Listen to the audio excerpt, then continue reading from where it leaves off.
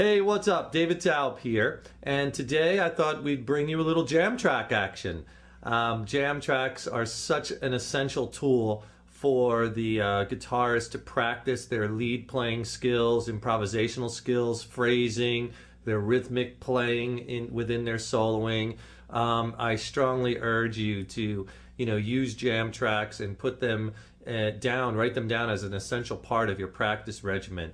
And so what we're going to do today is have a video jam track where I'm going to be playing guitar and there's going to be drums and bass. And use jam tracks in different keys too, because that's going to get you used to playing in different parts of the neck and kind of applying what you've been learning all over the neck. So you want to try them in different keys and different types, besides we're going to do like a blues jam track, slow blues, minor blues today. But actually if you want two more jam tracks, here's the deal. We're going to offer two more jam tracks for free.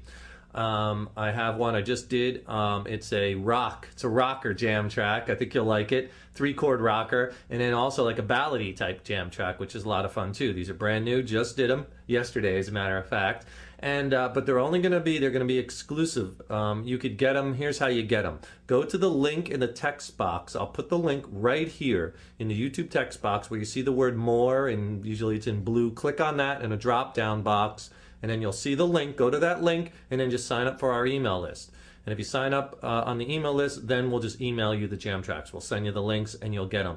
They're exclusive jam tracks. They're not going to be these other ones. It won't be on YouTube, and you could get them. They're for free though, and get them through signing up. You should be on our email list anyway, at least consider it, because we send out periodically exclusive videos to people that are only on that list, as well as playing tips and articles and little things to help you along in your guitar journey. It's a newsletter. It's a really cool thing. So go to that link here and then we'll send you the tracks, and you're gonna like them. They're a lot of fun. Basically, we're gonna be doing a C minor slow blues. The chords are a C minor 7th to the 4 chord, which is the F minor 7th, and then to the 5 chord G, you play a G minor 7th. And I'll flash these in text on the screen. So basically it's a 1-4-5, 12 bar. And the other chord I use is on the turnaround, I'll use a G 7 sharp 9. Okay, so those are the chords. It's so important in your when you're practicing to your lead playing, always know the chords that you're soloing on top of, because it's the chords that are going to give you the roadmap to what you can use solo and improvisational wise. The key, we're in the key of C minor. That's only going to tell you a piece of the puzzle. You have to examine the chords, okay? So before I play the track, let me give you a few suggestions of what you can try as far as practicing. Remember, when you're soloing, you have two options. You can either solo over all the chords in the progression. So whether I'm playing the C minor, the F minor, or the G minor, you're playing the same scale or the same mode. You're soloing over all the chords, not changing what you're doing, using the same scale or same mode. And that's one way to approach it. And the second way, which is more harder, which will give you a more sophisticated sound, is solo over each chord independently. What I call treating each chord as a separate event. So when you change from, you're playing C minor, whatever, when you're playing the C minor chord, but then when it goes to the F minor 7th, you change tonality and you start playing off the key in F minor.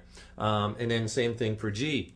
So you're kind of moving, you're playing over the chords, and that's a lot harder to do, but I want you to try it once you get this down, and you'll find out, wow, you can really get some cool tones.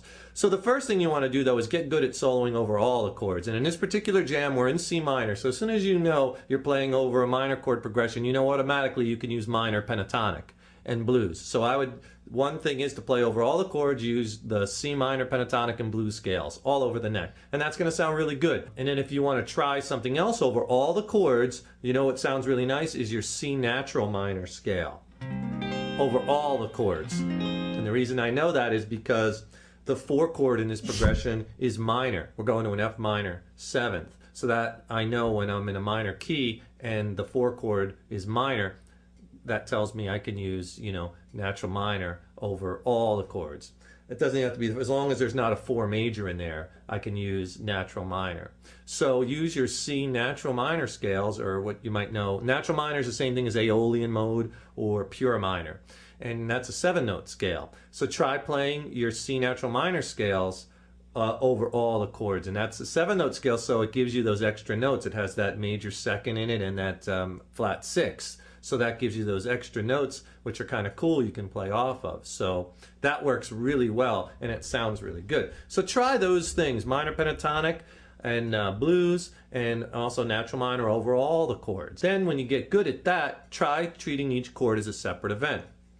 So over the C minor 7th chord, play C minor pentatonic and blues. You can try your C natural minor scales or C Aeolian, maybe throw in a C minor 7th arpeggio or C minor arpeggio, sound really good. But also try C Dorian, because you're just playing over that one chord. We haven't changed to the 4 yet. Now you can't play C Dorian when you get over that F chord. That won't sound good because you'll hit that, that major 6th, which will clash against that F minor 7th, that G sharp note. So try C Dorian just over the C minor 7th chord, or C natural minor. Dorian sounds really nice to minor mode, and it sounds really nice over minor 7th chords. Then when you switch though, now when you change, and you hear me change to that F minor 7th, you're going to switch now tonality, and you're going to play stuff in F. So try playing F minor pentatonic. It'll sound great just over that chord, but you got to listen when that chord goes back to the C. You're going to have to get off the F minor pentatonic and go back to something, you know, that's related to the C. This is treating each chord separately. It's going to take you a little while to get it, but you can do it. It's so much fun, and it sounds so great. So when you go to that F minor 7th chord, try F minor pentatonic, or try F Dorian, or try F natural minor scales, F Aeolian, right? And emphasize those F notes, or the notes in that F minor 7th chord. And all your F minor 7th, F minor 9 arpeggio will sound really nice too. And then same thing when you go to the G minor 7th. When you go to that G minor 7th chord, try switching tonality to G. You don't have as much time on that chord, so you have to be on it and off it. Maybe you can throw in a G minor arpeggio, G minor 7th arpeggio, or G minor 7, or a G minor pentatonic lick, or G Dorian, or G Aeolian. You see all the options that you have. That's what's so beautiful about this beautiful, lovely instrument.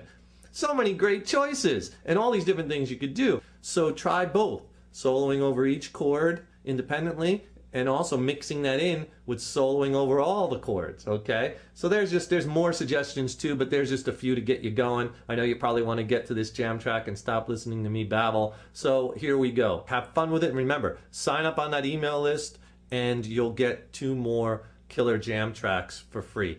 And I think you'll like them. I'm David Taub. Here's the 4 count. Rock on and rip it up!